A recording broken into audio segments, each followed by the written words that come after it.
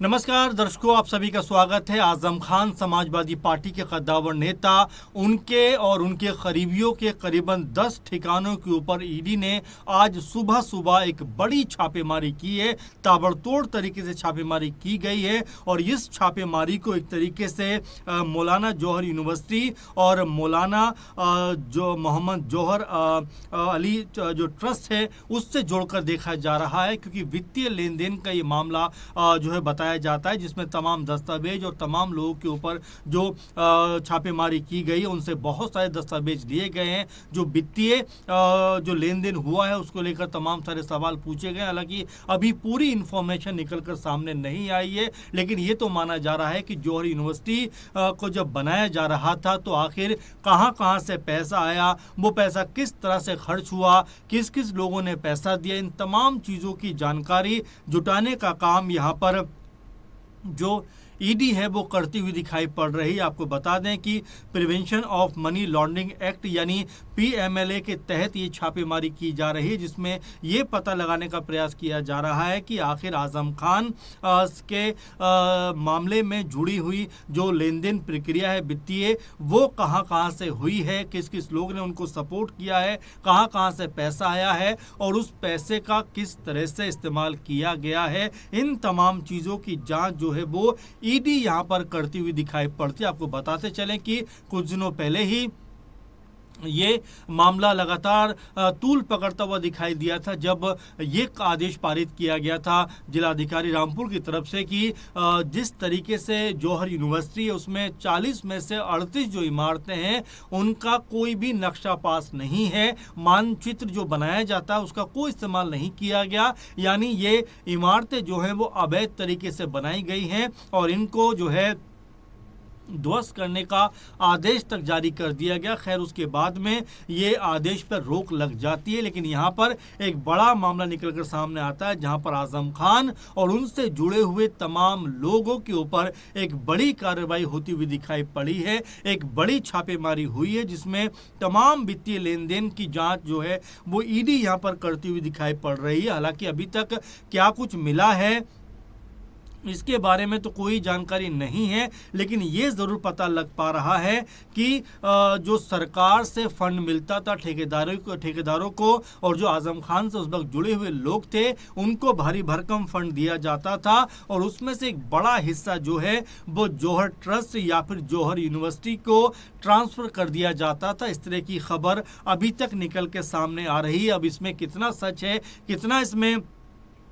जो बात कही जा रही है वो कितना पुख्ता तौर पर उसमें सच्चाई है, ये तो कुछ समय के बाद पता चल जाएगा। लेकिन फिलहाल जो अटकलबाजियां हैं वो इस तरह की लगती हुई दिखाई पड़ती है कि क्या एक बार फिर आजम खान के ऊपर शिकंजा कसा जा रहा है, क्योंकि आजम खान और उनके बेटे तो पहले ही जेल में हैं और कुछ दिनों पहले समाजवादी पार्टी के जो बड़े नेता हैं शिवपाल यादव वो भी उनसे मिलने पहुंचे थे और मिलने के बाद आजम खान को लेकर वो ये कुछ कहते हुए नजर आए थे कि भाई अगर हमारी सरकार आती है तो हम उनको यानी आजम खान को गृह मंत्री बनाएंगे। और उनके इस स्टेटमेंट के बाद में उत्तर प्रदेश की राजनीति में काफ़ी ज़्यादा उबाल देखने को मिला था, क्योंकि संजय निषाद से लेकर सीएम योगी तक ने इस पूरे बयान के ऊपर तंज कसा था और एक तरीके से आजम खान को कटघरे में खड़ा किया था। लेकिन इस तरह की उम्मीद किसी को भी नहीं थी कि इतनी बड़ी कार्रवाई ईडी की तरफ से भी हो सकती है, क्योंकि आजम खान उनके बेटे अब्दुल्ला आजम पहले ही रामपुर जेल के अंदर बंद हैं। तो आखिर ईडी की इस कार्रवाई को क्या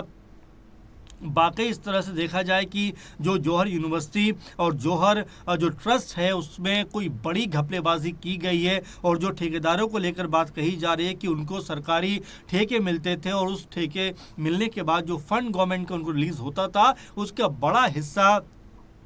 जौहर ट्रस्ट या फिर जौहर यूनिवर्सिटी को ट्रांसफ़र कर दिया जाता था। तो ये मामला अब लगातार जो है बड़ा बनता हुआ दिखाई पड़ता है, क्योंकि उत्तर प्रदेश में चुनावी माहौल भी कहीं ना कहीं बन रहा है। आप देख रहे हैं कि लगातार जो राजनीतिक पार्टियां हैं वो तमाम तरह की बयानबाजी कर रहे हैं, तमाम तरह के समीकरण यहाँ पर दिखाई पड़ते हैं, तमाम तरह के जो बयान हैं वो निकल कर सामने आते हैं। ऐसे में आजम खान जो समाजवादी पार्टी का बड़ा चेहरा है, हालांकि वो जेल के अंदर बंद है, इस बात से भी कोई इनकार नहीं करेगा, लेकिन उसके बावजूद भी उनके और उनके तमाम सहयोगियों के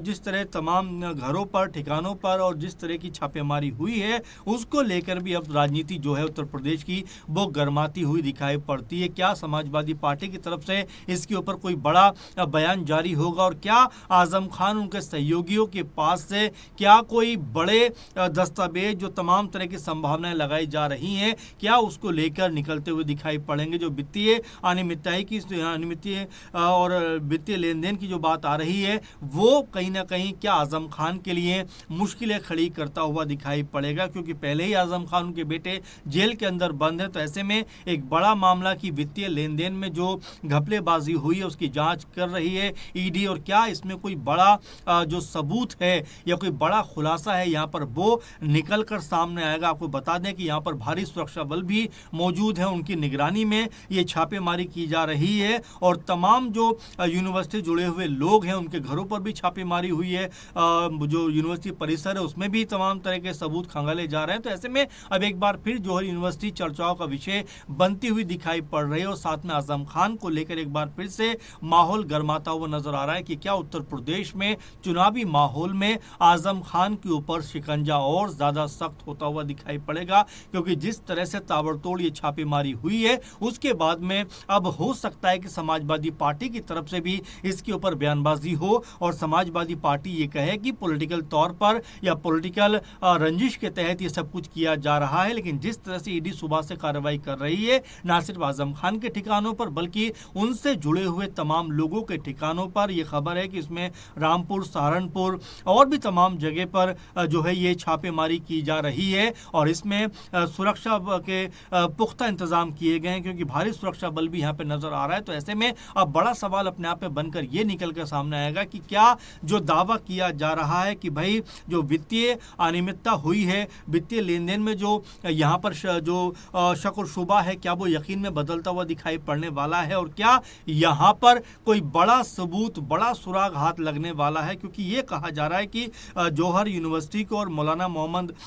जो अली जौहर ट्रस्ट को भी बहुत भारी भरकम पैसे को ट्रांसफर कराया गया है, पैसा इसमें आया है। अब ये पैसा कहाँ से आया है, किस तरह से आया है और उस पैसे का किस तरह से उपयोग किया गया है, इन तमाम तथ्यों को जो है ईडी खंगालती हुई दिखाई पड़ रही है। तमाम कागजात अब ईडी के पास में है, तमाम जो डिजिटल भी जो कह सकते हैं कि सबूत अब ईडी के पास में पहुंच रहे हैं। तो ऐसे में कई तरह के सवाल यहाँ पर उभर कर सामने आ रहे हैं कि पहले से ही जेल में बंद आजम खान के ऊपर क्या कानूनी शिकंजा और ज़्यादा जो है सख्त होता हुआ दिखाई पड़ेगा और क्या जो संभावनाएं जताई जा रही हैं कि पैसा कहाँ कहाँ से आया, तो क्या उस पैसे का सोर्स भी पता चल पाएगा और पैसा कितना आया, किस तरह से खर्च हुआ, क्या उसके बारे में भी ईडी पता लगा पाएगी। तो अभी तमाम तरह की इसमें जांच चलती हुई दिखाई पड़ रही है, लेकिन ये अब मानना पड़ेगा कि आजम खान की मुश्किलें जो हैं इस ईडी जांच के बाद लगता है और बढ़ती हुई दिखाई पड़ेंगी। अब ऐसे में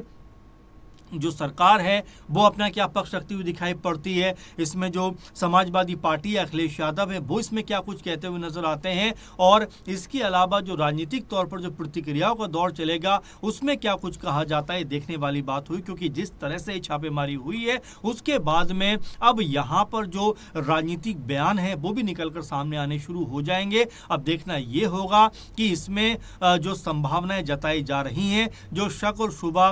ईडी को है उसमें उनको क्या कुछ मिलता है, कितने सबूत उनको हाथ लगते हैं और आजम खान के ऊपर या उनके परिवार के ऊपर या उनके सहयोगियों के ऊपर किस तरह का शिकंजा यहाँ पर कसता हुआ दिखाई पड़ता है। ये अपने आप में इस समय रामपुर की राजनीति में, उत्तर प्रदेश की राजनीति में हर लोगों की जो नज़र है वो इस पर लगी हुई है, क्योंकि अपने आप में एक बहुत बड़ा मामला है कि 10 ठिकानों के ऊपर लगभग सुबह सुबह ये छापेमारी हुई है। अब इसमें क्या कुछ निकलकर सामने आता है ये देखने वाली बात होगी, लेकिन फिलहाल आप इस छापेमारी को कैसे देखते हैं? क्या ये पॉलिटिकल रंजिश का एक नमूना है? क्या ये आजम खान के ऊपर दबाव बनाने का एक जरिया है, तरीका है, या फिर वाकई में वित्तीय लेन देन में कोई बड़ी गड़बड़ी हुई है और यहाँ पर क्या कोई बहुत ज़्यादा पैसे का जो गवर्नमेंट का पैसा था उसको अलग तरह से खर्च किया गया है? इसको लेकर भी तमाम सारी जो चर्चाएं हैं उसको लेकर आप क्या सोचते हैं, कमेंट जरूर करिए। फिलहाल के प्रोग्राम में बस इतना ही। जिस तरह से इस मामले के ऊपर और अपडेट आएंगी